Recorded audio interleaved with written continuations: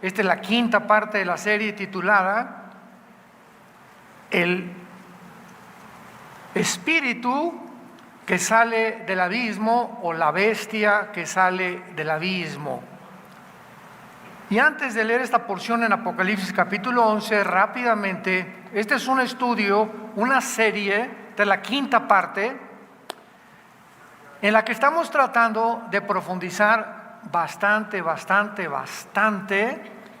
tanto en el libro de Daniel como en el libro de Apocalipsis, respecto a la realidad física que nos rodea y a la realidad no física que nos rodea. ¿Qué quiero decir? Ustedes saben que durante muchos años, principalmente en el siglo XX, el siglo pasado, vino lo que se llamó el escepticismo, el agnosticismo, el ateísmo de personas que se decían intelectuales y comenzaron a decir, pues yo no puedo creer lo que no veo, lo que no siento, lo que no puedo percibir con mis cinco sentidos. El mundo científico en el siglo pasado se cerró totalmente a creer que había una realidad no física.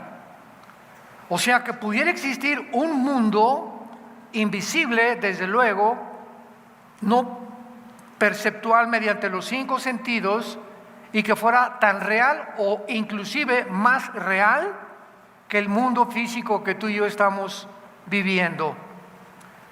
Entonces vino, por ejemplo, en 1954 comenzó con el descubrimiento del ADN, el ácido desoxirribonucleico, que a través de los microscopios electrónicos, no se pueden ver a simple vista, los científicos, el doctor Crick y el doctor James Watson, les dieron el premio Nobel de Medicina, 1954, por haber descubierto esta molécula.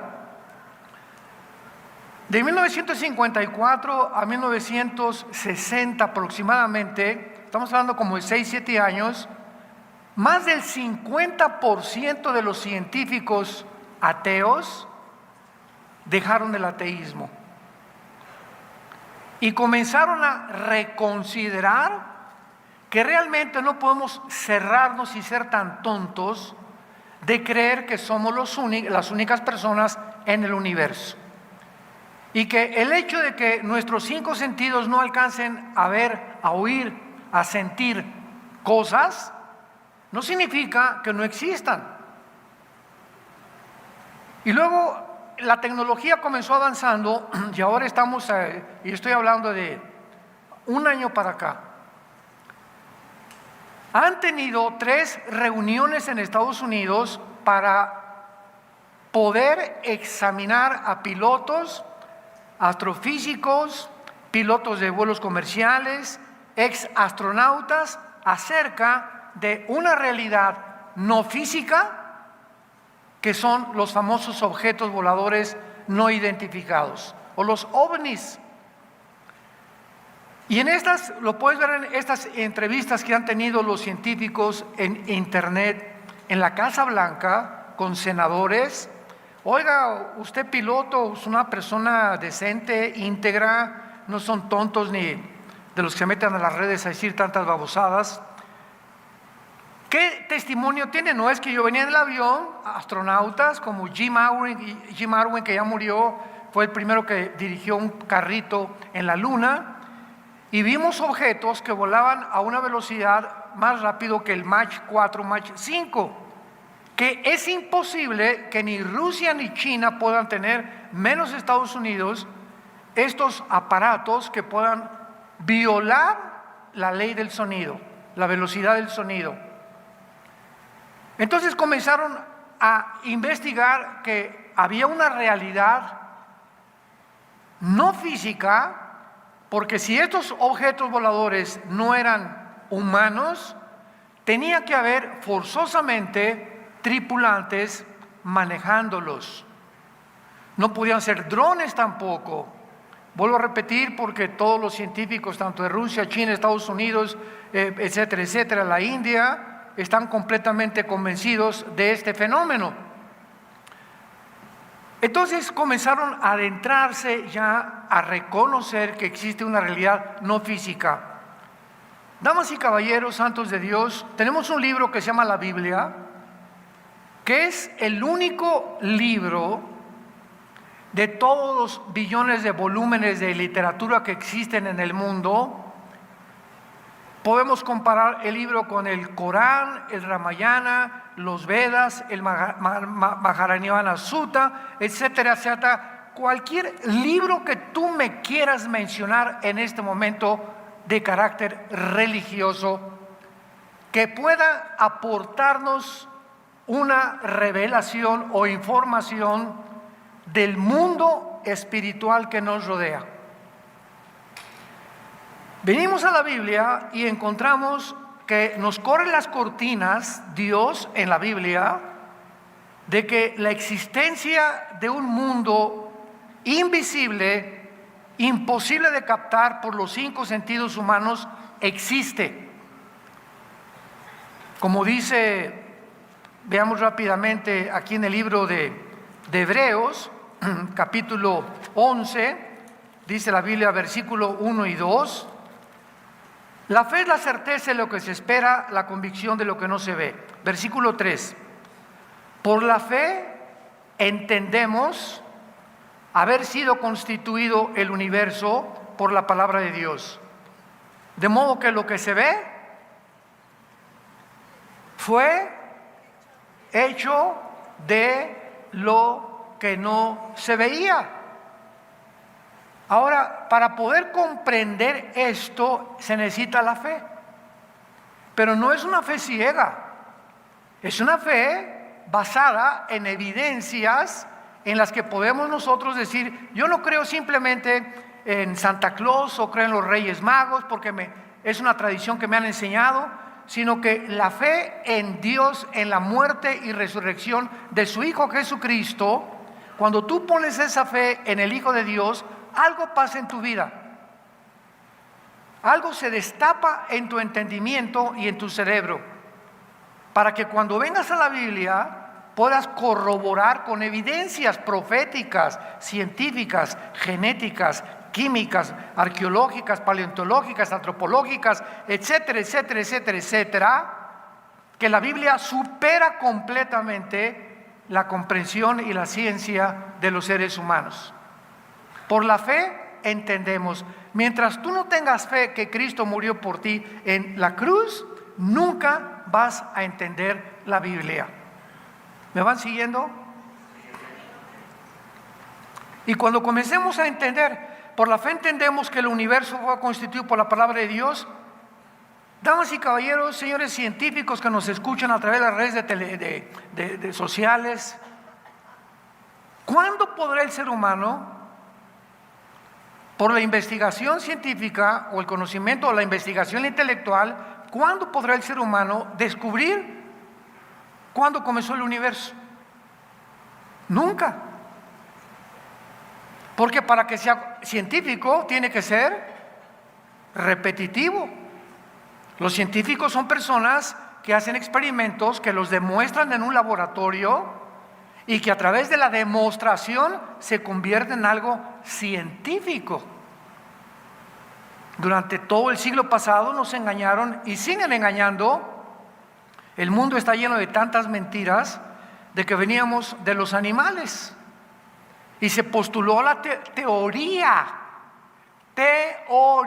no hecho científico, jamás lo ha sido, que venimos de los animales.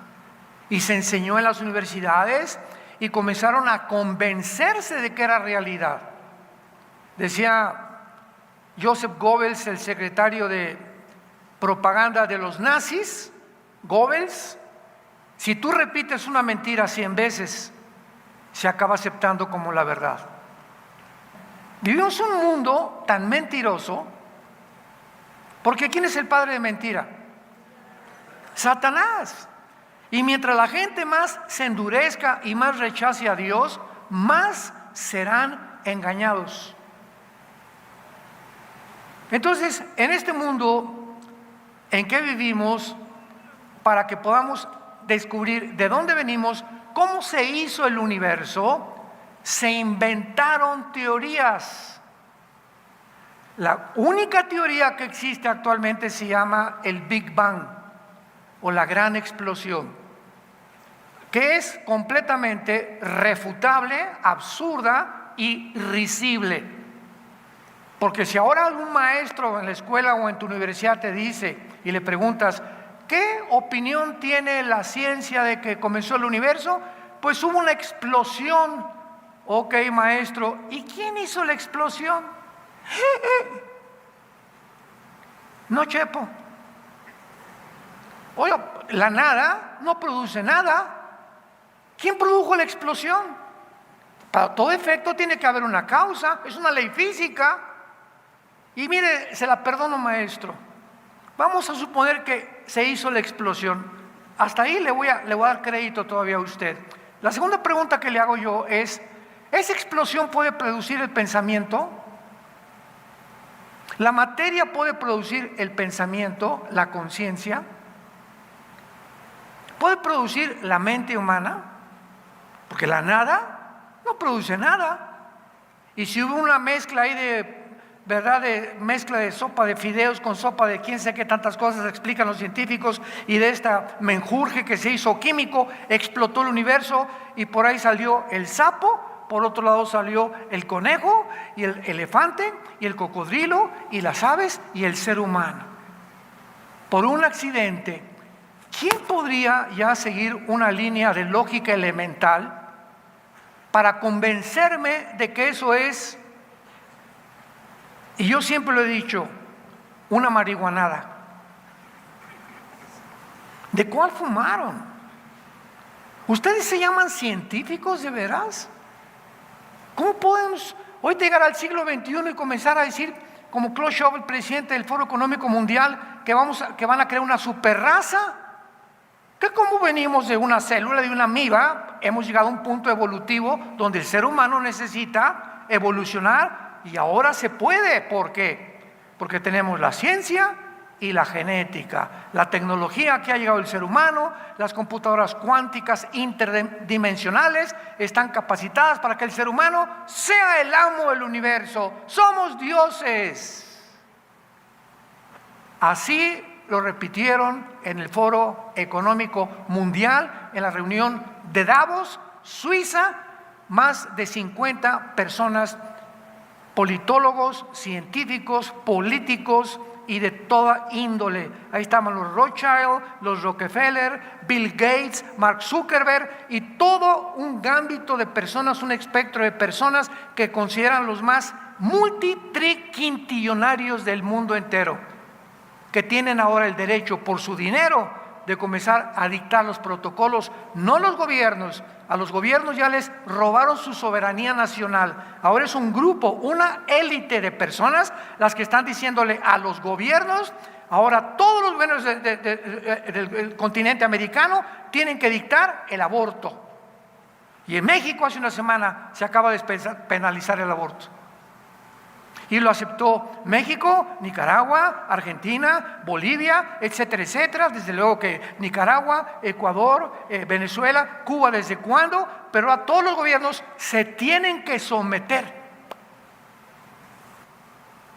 Y si ustedes, si no aceptan y no comienzan a despenalizar el aborto, les quitamos el subsidio y el dinero que ustedes deben de deuda externa.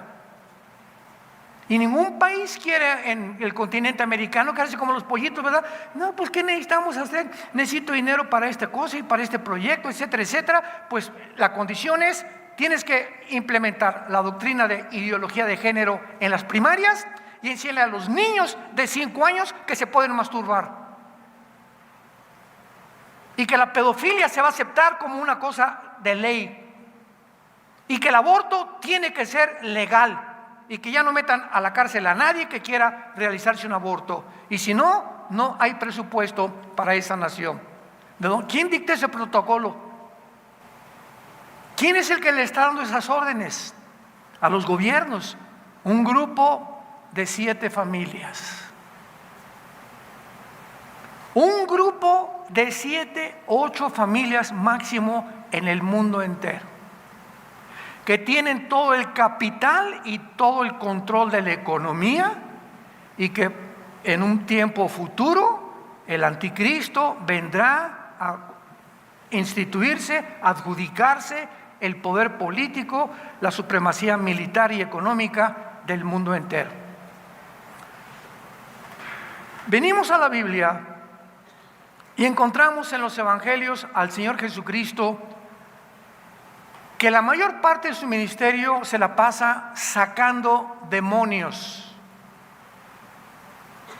sacando espíritus que la gente decía que eran fantasmas, los Cherokees, los Sioux, los Apaches, los indígenas que fundaron Estados Unidos, creían en los espíritus nada más. Pero venimos a la Biblia y vemos que Jesucristo ve a la gente no como tú y yo la vemos. Él podía ver como Dios en la carne que había dentro de muchas personas espíritus, entidades espirituales tan reales como tú y como yo, que la Biblia llama daimón en el griego, o demonios, o criaturas inteligentes. Y Jesús comienza, ¿verdad? En el nombre de Jesucristo te ordeno que salgas.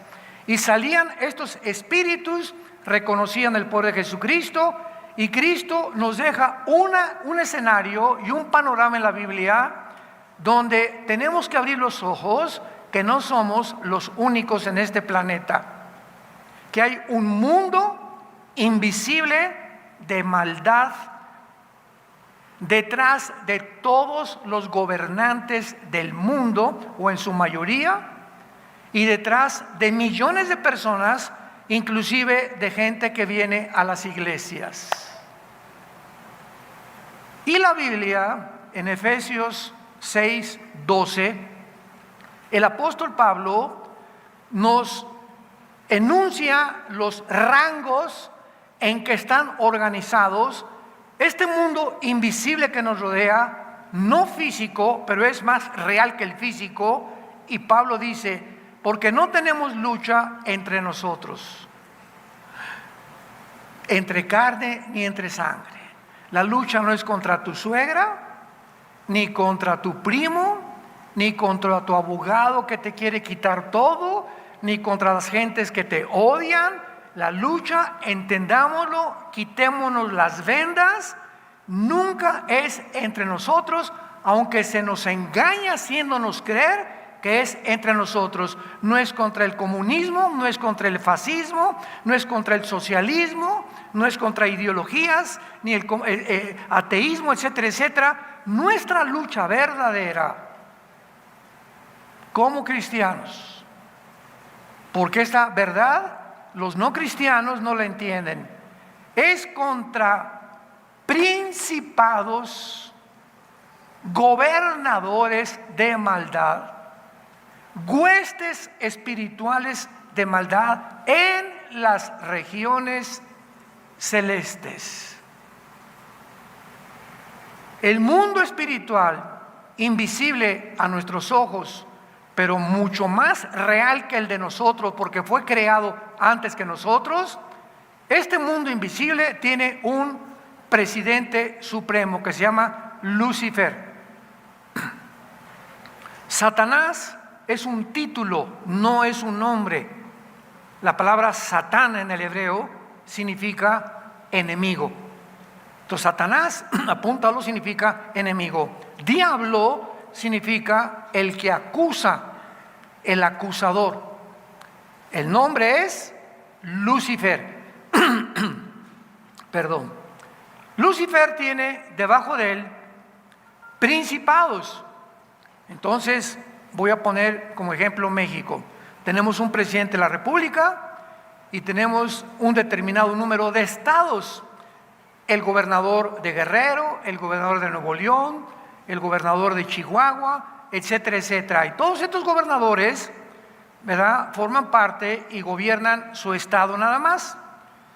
Dentro del gobierno de Guerrero, ¿verdad?, tenemos Acapulco, tenemos diferentes municipios, porque cada estado tiene su gobernador.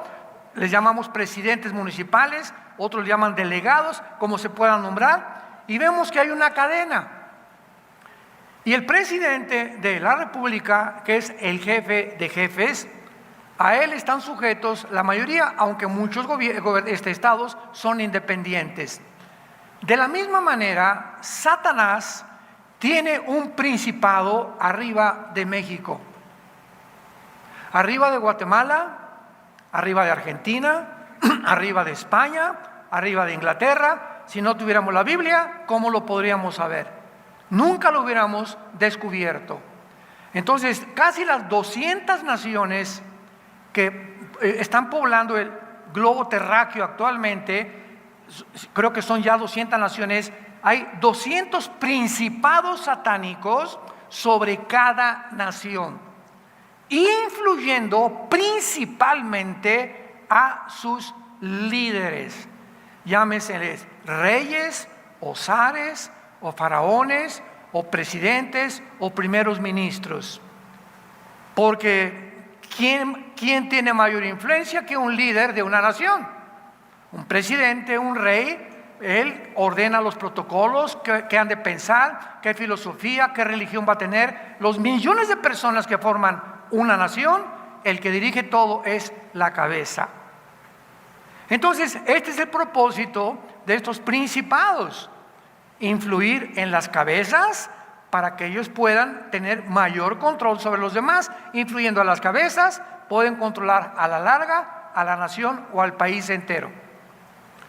Debajo de los principados están los gobernadores.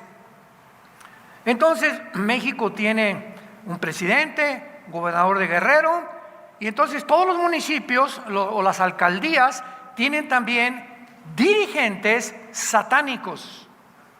¿Me van siguiendo? Y los que hacen el trabajo sucio, los peones, son los demonios. Son los que se meten a la gente. Los ángeles caídos no se meten a la gente, ni los principados.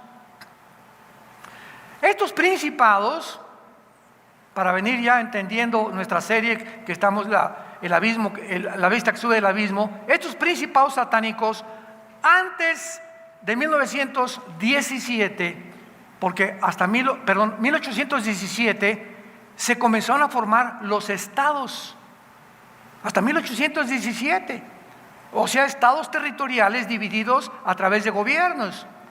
Pero en toda la antigüedad encontramos reinados, reencontramos imperios: el imperio asirio, después, Egipto, Asiria, Babilonia, los medos persas, los griegos, los romanos, el imperio otomano turco, que hasta 1923 fue derrotado por los ingleses, y todos estos imperios que la Biblia nos revela tuvieron principados satánicos.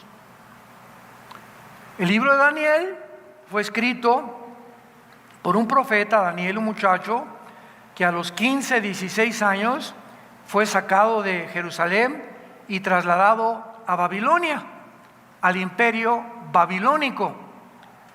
Babilonia es actualmente la nación de Irak y Siria. En el Antiguo Testamento, Irak y Siria eran dos provincias, dos territorios unidos.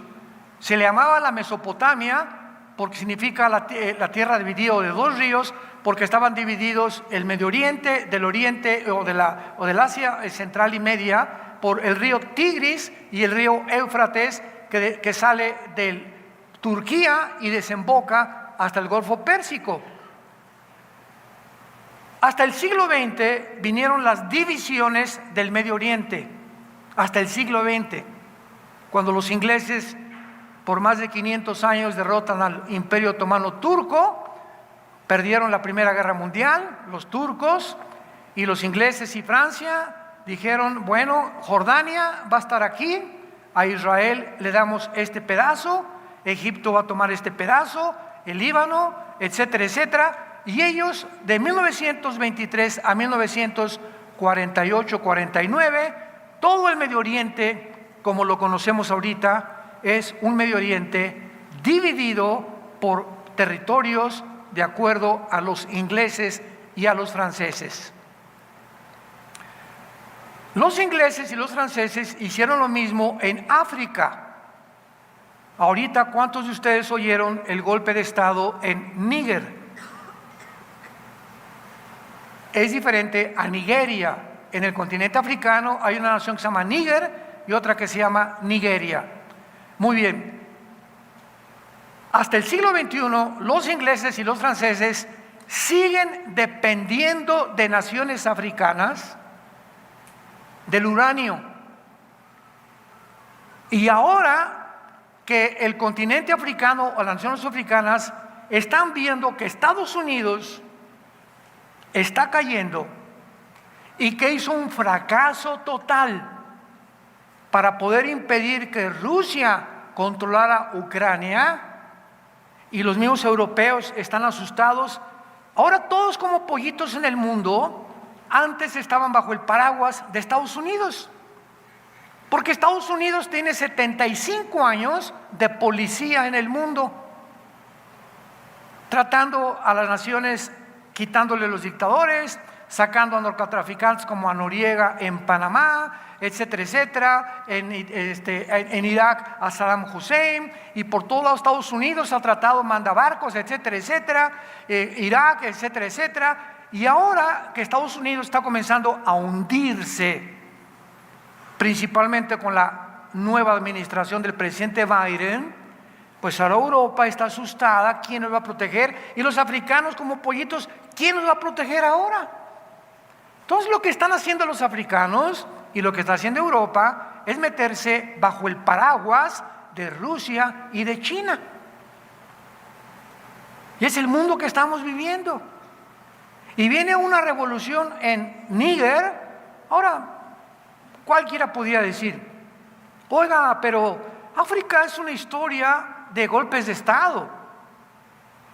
Marruecos, Libia, etcétera, etcétera, Sudán, Etiopía, pero en Níger pasó algo que nunca había pasado, que hace menos de un mes vino este golpe de Estado.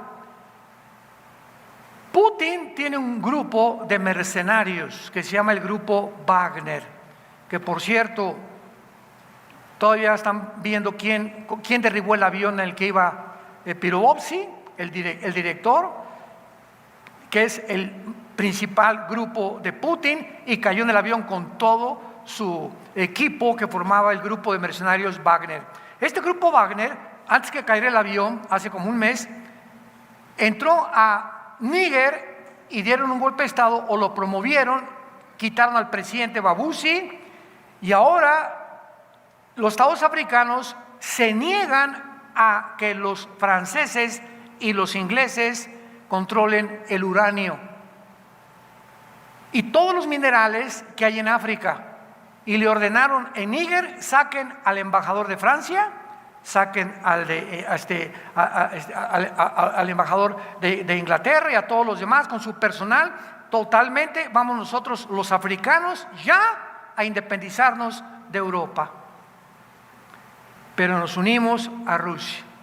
Y bíblicamente en Ezequiel 38 se profetizó hace 2700 años que se uniría Rusia, Gog y Magog, con una alianza de naciones del norte de África: Kush, Fud, que es Etiopía, Sudán, continente, naciones africanas, y las que están al sur de Rusia, Kirguistán, Kazajistán, Kukistán, Afganistán, etcétera, etcétera, para venirse contra Israel.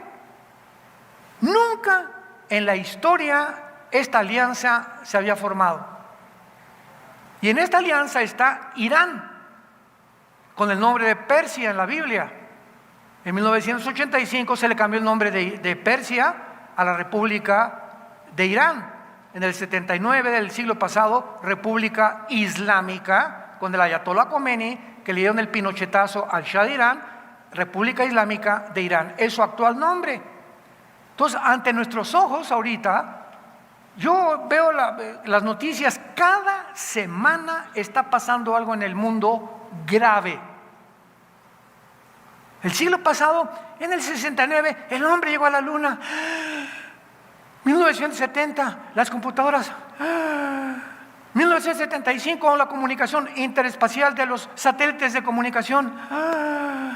Y luego los chips, y entramos al siglo XXI, y los iPhones, y los iPads, y ahorita todo ya nada nos sorprende. Y de 2015, hace 8 años a nuestros días, cada año estaba pasando, en este año cada semana. ¿Qué quiero decirles a ustedes? Que las profecías bíblicas están convergiendo a una velocidad impresionante. Algo está pasando, y están convergiendo en un punto donde ya se están uniendo estas profecías que eran necesarias para pavimentar el camino al nuevo gobierno mundial. El anticristo no podía salir en un mundo de hace 10 años, ni del siglo pasado. La tecnología tenía que alcanzar el nivel que ha alcanzado, y la ciencia el nivel que ha alcanzado.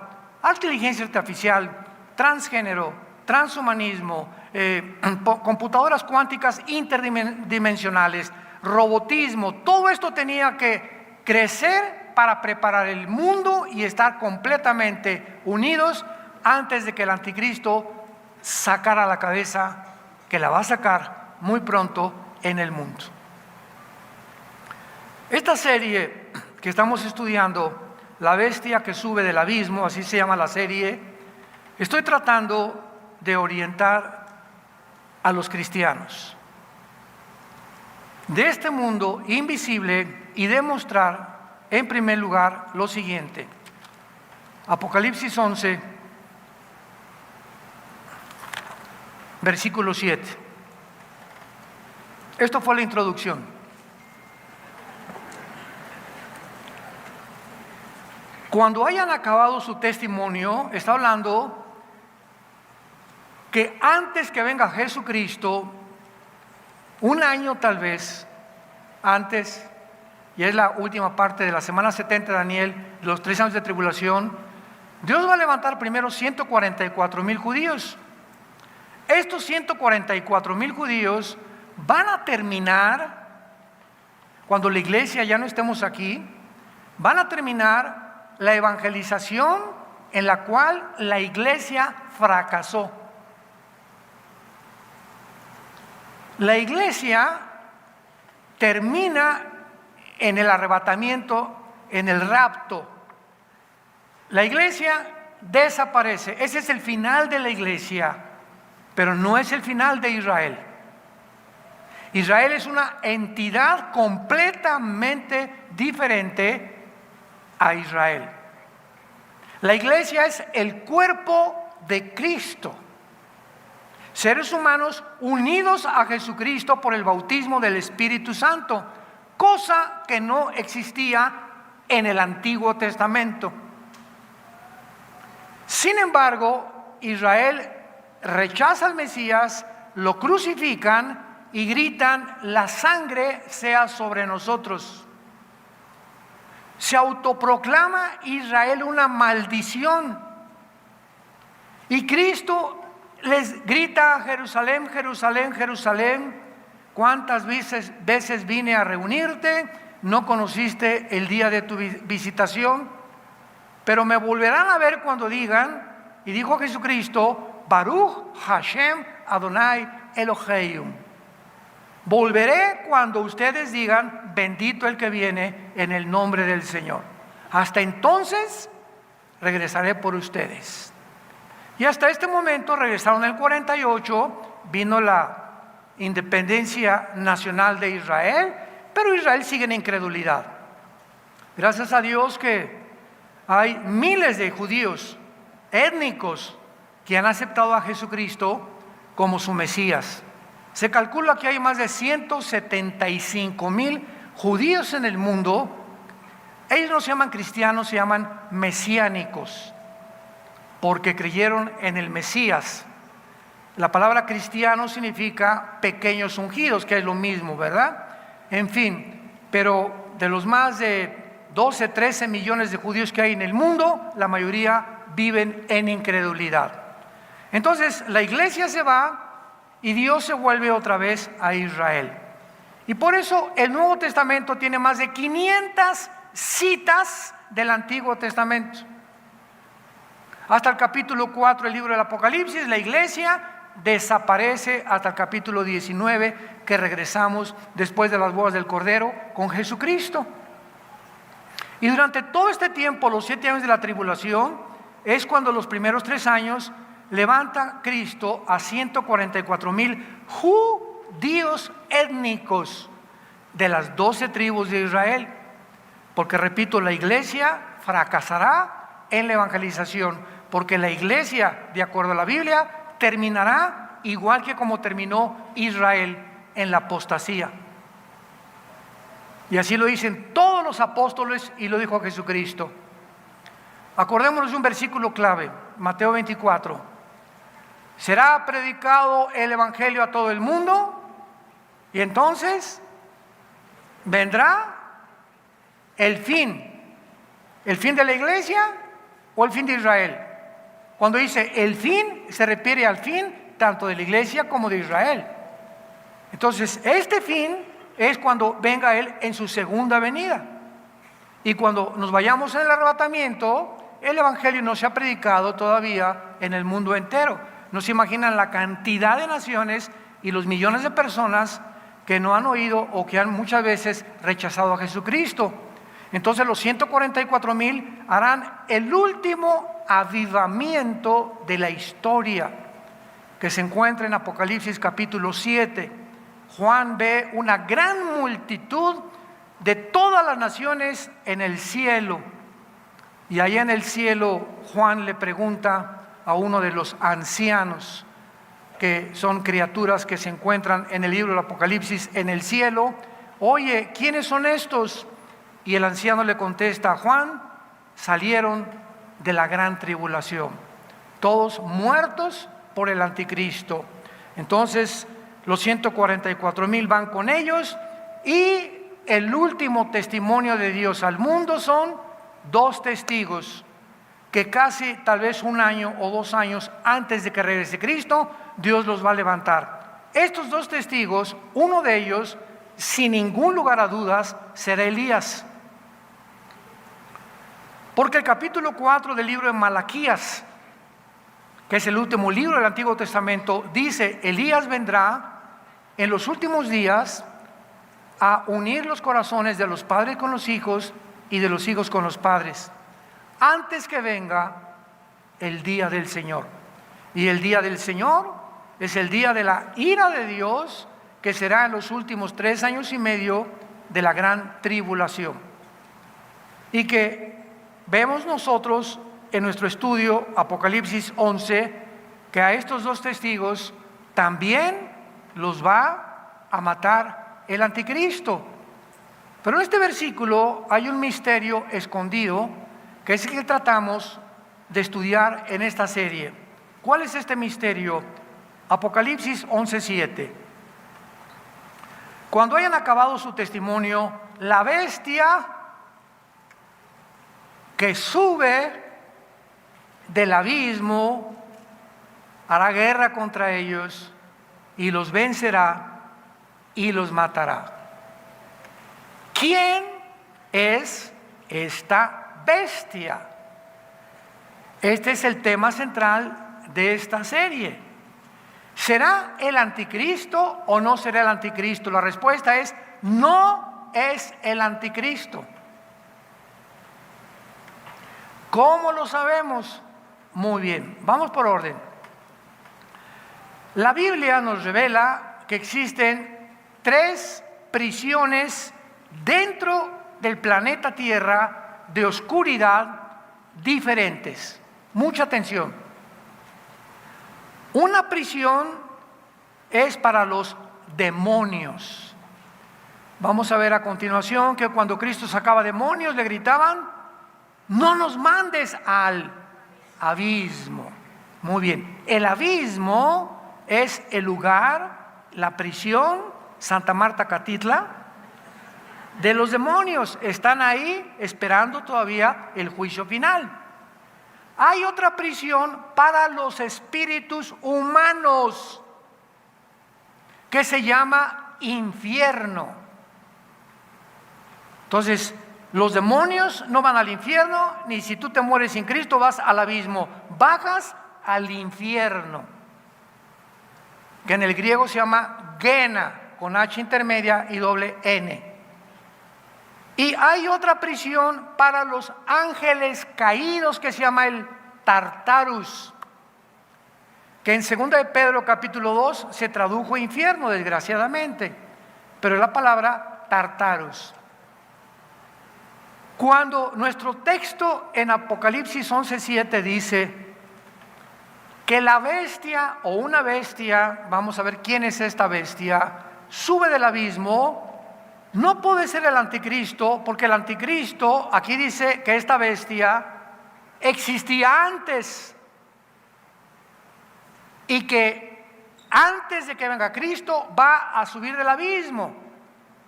Y la Biblia enseña que los espíritus humanos, Hebreos capítulo 9, está establecido que muramos una vez y después el juicio.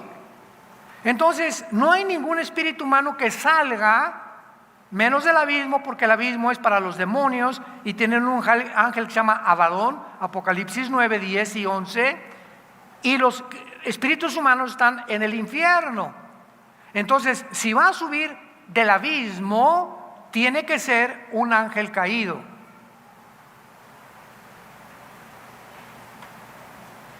Porque los ángeles y los demonios son eternos. Y va a ser un ángel que estuvo como principado en alguno de los imperios antes de Juan, antes de que se escribiera el Apocalipsis.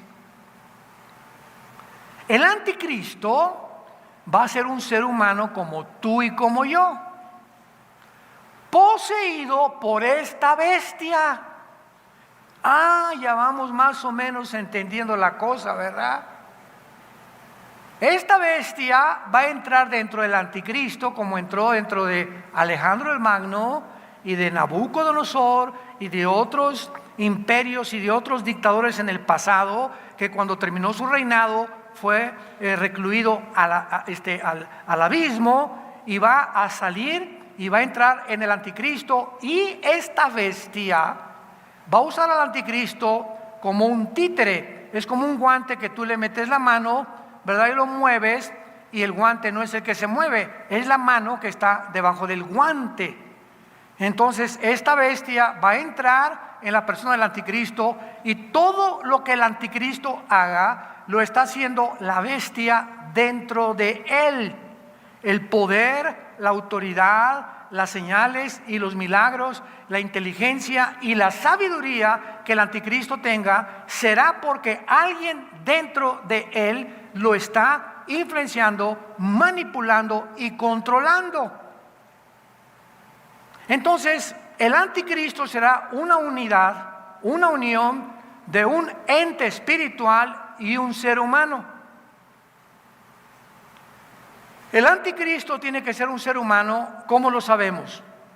No puede ser una computadora, no puede ser un imperio, porque el anticristo, Apocalipsis 20, va a ser arrojado al lago de fuego. Y una computadora no la lanzas al lago de fuego, por el amor de Cristo. Jesús, María y José y el burrito que los acompaña. A un imperio tampoco lo lanzas al lago de fuego. Entonces ahí va a estar en el lago de fuego el anticristo. ¿Por qué? Porque va a ser un ser humano con un espíritu condenado eternamente al lago de fuego. El abismo es para los demonios, ángeles, el infierno es para los seres humanos, el Tartarus es para los principados caídos desde Génesis capítulo 6. Entonces, hasta este momento ustedes más o menos, con esta introducción de los 4 conferencias que ya anticipan esta quinta conferencia, tienen ustedes ya por lo menos material, los que nos ven por la televisión también, para que podamos continuar desarrollando este tema, la bestia que sube del abismo. Pero antes hay que comprobar algo muy importante. Vayamos a Apocalipsis 17, para que esto quede muy sellado en tu entendimiento. Apocalipsis 17, versículo 8. La Biblia sabemos que no es de interpretación privada, ¿verdad? La Biblia se interpreta a sí misma. Nadie puede decir, pues yo pienso que esto significa, o yo creo esto. Espérame tantito, es la Biblia misma la que interpreta las cosas que parecen dudosas o los misterios que a los cristianos, por nuestro limitado entendimiento y conocimiento espiritual, necesitamos estudiar diligentemente para encontrar la verdad. Apocalipsis 17, 8 nos da la respuesta. La bestia, está hablando de la misma bestia que has visto, observen, era y no es, y está para subir del abismo. En tiempos de Juan, hace 2000 años, esta bestia no estaba en el mundo. Cuando escribió Juan el Apocalipsis, la bestia que estaba en el mundo era la que controlaba el imperio romano. Pero aquí está hablando de una bestia que en el tiempo de Juan no existía en el mundo. Entonces es imposible que sea el principado que gobernó Roma o el imperio romano el que pueda venir a meterse al anticristo. Esto lo vamos a ver después. Esta bestia era y no es. En el tiempo de Juan, esta bestia estaba en el abismo todavía. Hay un zumbido en el sonido muy fuerte. Y en tercer lugar, está para subir del abismo, o sea, va a suceder en el futuro e ir a la perdición. Entonces ya estamos entendiendo claramente. Nuestro pasaje original, Apocalipsis 11:7, la bestia que sube del abismo los perseguirá y los matará, que es el que infundirá sus poderes al anticristo. Por eso dijimos que la bestia tenemos que separarla del anticristo.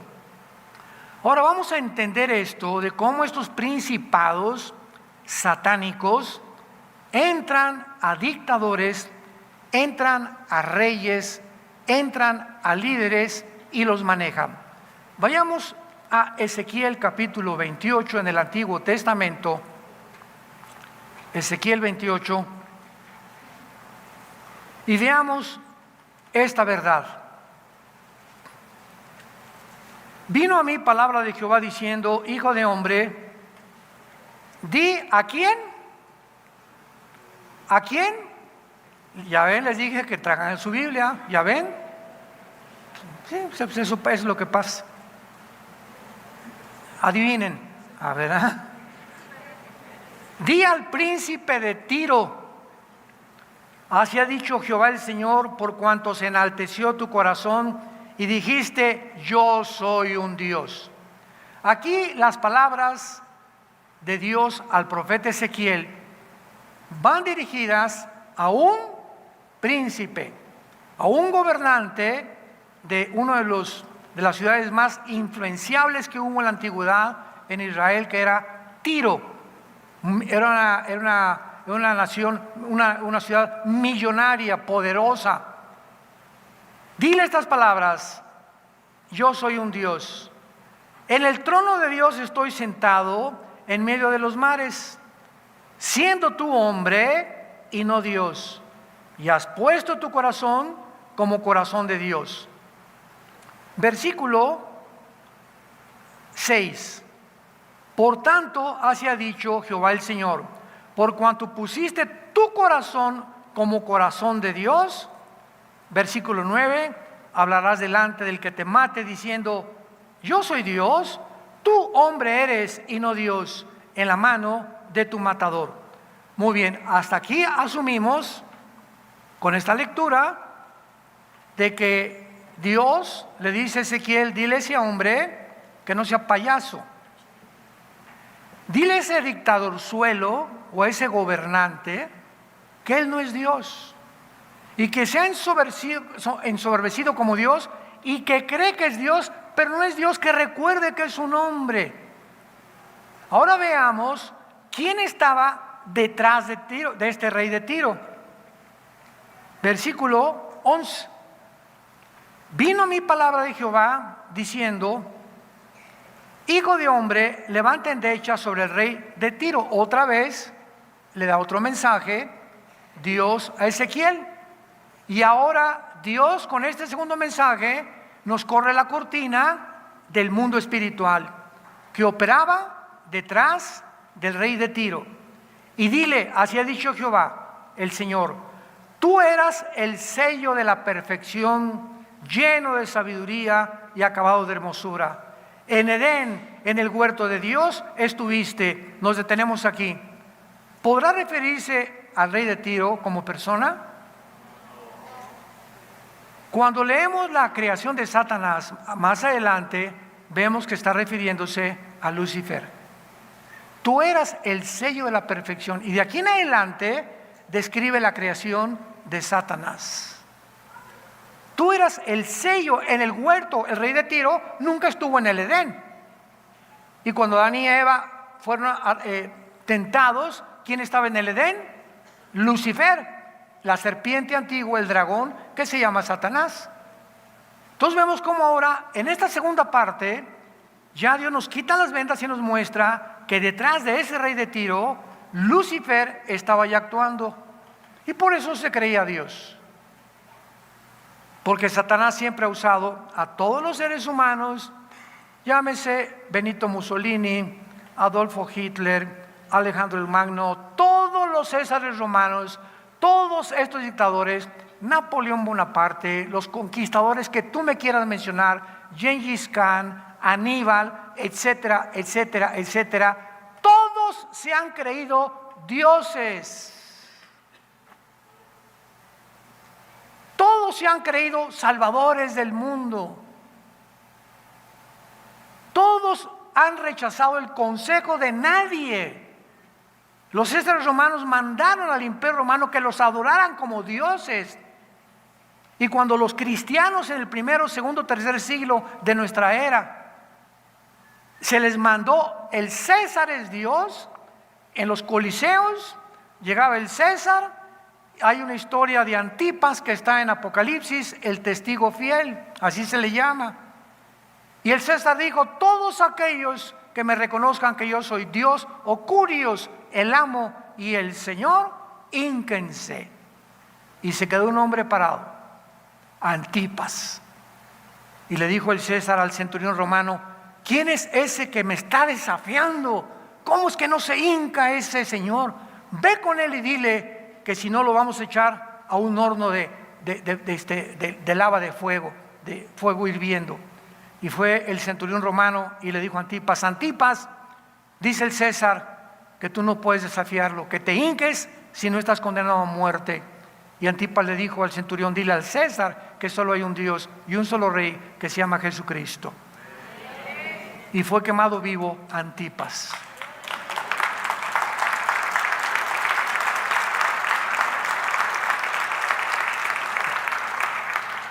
Te damos gracias, Padre, por tu palabra en esta mañana. Lámpara es a nuestros pies, lumbrera a nuestro camino. No hay nada torcido ni perverso en ella. Todas ellas son rectas al que entiende, y sabios y comprensibles a los que han alcanzado la sabiduría. Gracias por despejar nuestras mentes y darnos cuenta que vivimos en un mundo caído, un mundo rodeado del mal, cuyo jefe sigue siendo Satanás. Tu palabra dice en 1 Juan capítulo 5 que Satanás tiene al mundo entero bajo su control. Y que nosotros, tu pueblo, vivimos en un mundo ocupado por el enemigo. Porque no somos de este mundo, vamos de paso, somos peregrinos. Esta no es nuestra casa final. Pero este mundo te ha servido a ti como un campo de entrenamiento para nosotros, para prepararnos para el mundo verdadero que viene a nosotros cuando tú establezcas tu reino milenial con nosotros y el pueblo de Israel. Te damos gracias, Señor, por sostenernos, fortalecernos. Bendito el que confía en el Señor. Luz, paz y seguridad tendrá. Será como una antorcha que alumbra en lugar oscuro, porque nos has dicho que somos la luz. La única luz que en el mundo existe es tu iglesia. Y nos has llamado para ser tus testigos del amor que tú tuviste en esa cruz, al enviar a tu Hijo Jesucristo a ser sacrificado, crucificado, enterrado y resucitado a los 3 días, para mostrarnos que Él viene con sus ángeles por nosotros, para vivir ya eternamente contigo y oír esas palabras que tú nos dirás. Ven, bendito de mi Padre, al reino preparado para ustedes desde antes de la fundación del mundo. Por tanto, esfuércense, sean valientes, no teman. Estoy con ustedes, pequeña manada. Nunca los voy a dejar, nunca los voy a abandonar. Esfuérzate.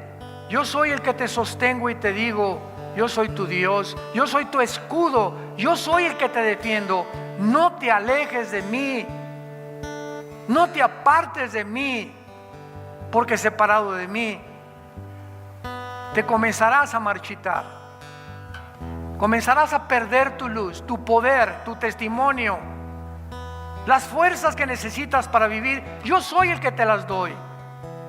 Así como los principados y el mundo satánico influye a seres humanos para autodestruirse y para engañarlos, yo he venido para entrar dentro de ti y darte vida y vida en abundancia.